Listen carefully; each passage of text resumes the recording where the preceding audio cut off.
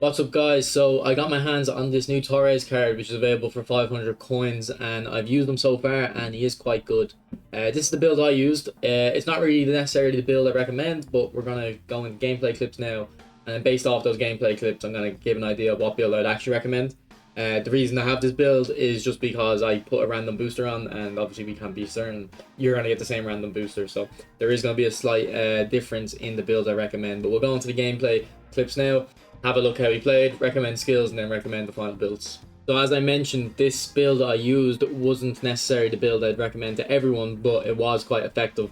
The reason for that is because it has 96 finishing. I think if you get to 95 finishing, it's going to perform the exact same. So I do think every build I'd recommend, not necessarily every single build I'd recommend, but I do think most of them would have 96 finishing, or 95 finishing, sorry. And you can see that clip there. The way he kind of hit the ball there with the outside of his foot, I really haven't seen that too often before in the game, so that was definitely quite impressive. And I'd be confident in saying that's just due to the 95 finishing, so if he went lower, that might not happen. And same with this goal here, very strange angle, kind of pokes it into the opposite corner, beats check quite easily, and it was a great finish. And also, for that clip, he held off the defender well with his physical contact. This clip here is just to show that I'm starting to believe if you play a left wing, right wing, and a centre forward, you actually don't need true passing on the centre forward anymore due to the improvements they've made in passing. If the player's in space, they will make the pass. There's a nice little heel trick attempt from Torres. Unfortunately, it didn't work. But like, look, yeah, every time the ball goes into Torres in the middle, the space opens up out wide, and you can still distribute it out without true passing skill. So I'm not saying that it won't be effective putting true passing on them. It will improve these passes, but you don't need it as an absolute necessity anymore like you used to. His attacking AI was very strong as well. Like when the wingers would come across, Torres would run into that space. You see Neymar try to play the pass, couldn't find him. Same thing here. Ribery picks up the ball, he runs into that space, and then here is a good example of the physical contact. Holds off the defender and waits for the overlap of Cafu, and that's because he has the 70 physical contact by default. So I don't think you need to level aerial strength. That clip there where the long shot went down the middle of the goal, that was just to showcase that without the skill, he can't really hit them into the corner. You need the skill for the long range shots to be consistent. And then a few times, Torres again making good runs, but Neymar in behind them at AMF was not able to find them, so that was annoying. He dropped back here. I think Salah was trying to play across to him, almost like a fox in the box for the cutback. Great piece of dribbling here. Unlucky with the shot. I think that deflected off our teammate as well. But then here's an example of him with his attacking AI playing like a fox in the box. You can see here he cuts back. Now ultimately we don't find him. Maradona comes shorter and we play to him instead. But definitely in eFootball 24, I don't think Torres or any goal poacher for that matter would have moved like that. Maybe in the new update, both goal poachers and fox in the boxes move like that. I have noticed my fox in the box players cutting back a bit more often. So maybe goal poachers are cutting back off him too if they have high enough awareness. But regardless, this Torres, whatever the situation is, definitely can drop back like that too. Now, the build for this guy, you can see here, if we take off the boosters, it's quite hard to get him to 85 on the physical stats that we'd like it. You can do it, but you'd have to take off points in shooting. So if you took off points in shooting, you're going to take it off like that. You actually take off a little bit more. And then there you have your 85s now, but the problem with that is you're only on 92 finishing, whereas I think 95 is like a new level of finishing, and that's why he was scoring with ease in the clips I shown, and there was weird angles and just kind of weird shot choices, but they were still going in. So I would recommend having 95 finishing, which means without boosters we return to a build like this. However, if you want to get those to 85 and you want to do it through putting an additional booster on, you have to think about it. Here's what makes the most sense. The most points we invested in were dexterity, so ideally we would like to take off dexterity, because every point we can take off dexterity means we can put a greater amount of points elsewhere. But the problem is, if we take off the points in dexterity, we're going back on the reason we're even putting the booster on, because we're putting the booster on to allow us to get the acceleration to 85 before any boost applied. So the same thing is going to apply for kicking power. If we take off any kicking power, we're not making any progress. So we have to take it off shooting.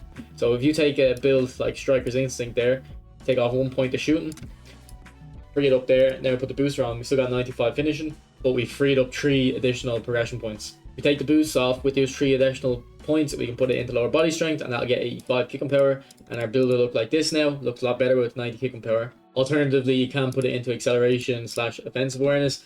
I wouldn't really recommend this one just because I think kicking power is going to be more important for him. If he had like 95 speed, maybe go for the acceleration as well. He'll be really good at running onto the end of through balls. But I want to make this guy, when he has the ball at his feet, he's going to be really clinical. So that's why I recommend this build here. We had 2 points into dribbling. We already have the 80 ball control. You don't need to have 81 ball control. So just put that extra point somewhere else, like aerial strength or passing. It doesn't really matter too much. So if you're putting boosters in this guy, you really just need one with +1 on finishing. So I would just go for a random one and then just wait until you get a finishing one. I think there's about 5 or 6 finishing boosters, maybe 4 actually. You will get it eventually, so I wouldn't waste your select random tokens on them, or your select tokens on them. I'd wait, just use your random ones and just wait until you get a finishing one. You can go for a build with a little bit of dribbling like this, and the reason this one might be beneficial is the form will take the acceleration and the balance up to 90, and also if you get a booster with something to do with balance, you can get 90 balance, so you get a threshold there. And then even then you would take off oh no, you can't, sorry, I was gonna say you could take off the shooting, but you're gonna need it for the +3 boost. So something like this might not be too bad either. And also if you go for this, you can even go 1 point into dribbling like that, and then you get some physical. Again, I don't recommend this. I recommend the 95 finishing builds, but just in case for the people that were curious. So for the skill recommendations, the list I have flip flap, because he already has double touch and soul control. You can finish off that Neymar ball roll. Then I would go for outside curler. You can see there he has a medium weak foot accuracy and a medium weak foot usage of occasionally. So I think that would be beneficial. His curl isn't extremely high. It hovers about 80 to 83 in the builds I'm recommending. But I think most strikers actually usually only have 70 to 80 curl anyway. It's usually the wingers and attacking midfielders that have higher curl. So he should be fine with outside curler. Then I'd go for long range shooting, because I did notice there was times 2 or 3 instances where I hitting a long shot and it goes down the middle of the goal. So I do want to rectify that. Then I would go for aerial superiority. He was decent in the air for me. He starts off with decent jumping, mid-70s, and also he's quite tall, I think 186 centimeters. So it would be useful. He was already winning headers for me. It's not to score from these headers, by the way. It's just for build-up play. If you're trying to hit it along with your centre-backs, hit it up to your striker. That's why I'd give him aerial superiority. And then for the last skill, I have 2 recommendations. You can kind of pick either one.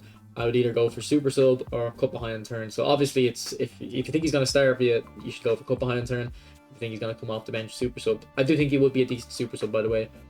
He does have good runs, and he was very clinical with the 95 finishing build. So late in the game, when you just need that one chance to fall to him and score, I would have confidence he would put it away. Another thing I wanted to mention that I forgot to is the reason I don't recommend one touch pass on him or a lot of strikers is because he already has heel trick. You've seen in the clips, there was times where I'd ping a ball up to him and he'd do a heel trick pass to someone near him, and they're perfectly accurate.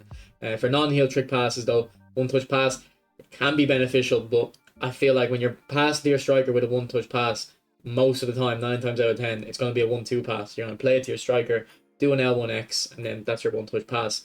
And the thing is, for them L1X passes, you'll notice if you play the game, they feel like a magnet. They feel a lot more accurate. So I don't actually think you need one touch pass skill for that type of pass. If you press L1X, they'll be more accurate.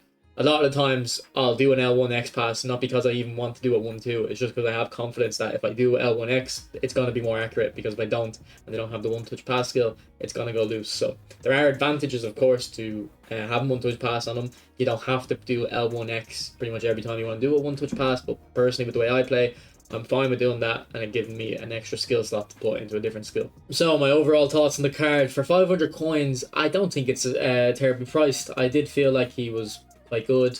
He had a special presence on the pitch. He did feel like an epic or a legend. And with that really high finishing, it definitely worked well. If we compare him to other goal poachers, another example of a goal poacher most people should have, or a very similar version, is this Mbappe. And this Mbappe is probably a better player than Torres overall. Like, if we look at his dribbling and his pace, he's definitely better in those 2 areas. But if we compare their finishing and their kicking power, Torres, comfortably beats Mbappe in terms of both of them. And you could get Mbappe to 95 finishing, but realistically, you're not going to get him to near 90 kicking power. So there is a bit of a difference there. I do think if you're looking at this Torres, you need to compare him to an Mbappe that you probably have. If you don't have one, I definitely think this Torres is good value for money. If you have even GP Mbappe, it becomes a question of, okay, I have my Mbappe, a goal poacher, a bit more of a dribbler, a bit more nimble, faster.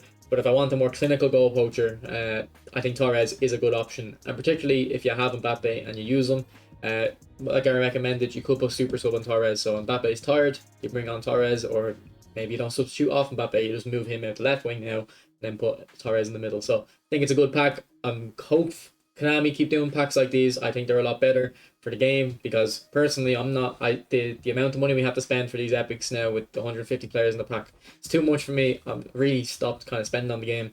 This type of thing though, I'm happy to spend on this because it's such a small amount, and I think it's good value for money.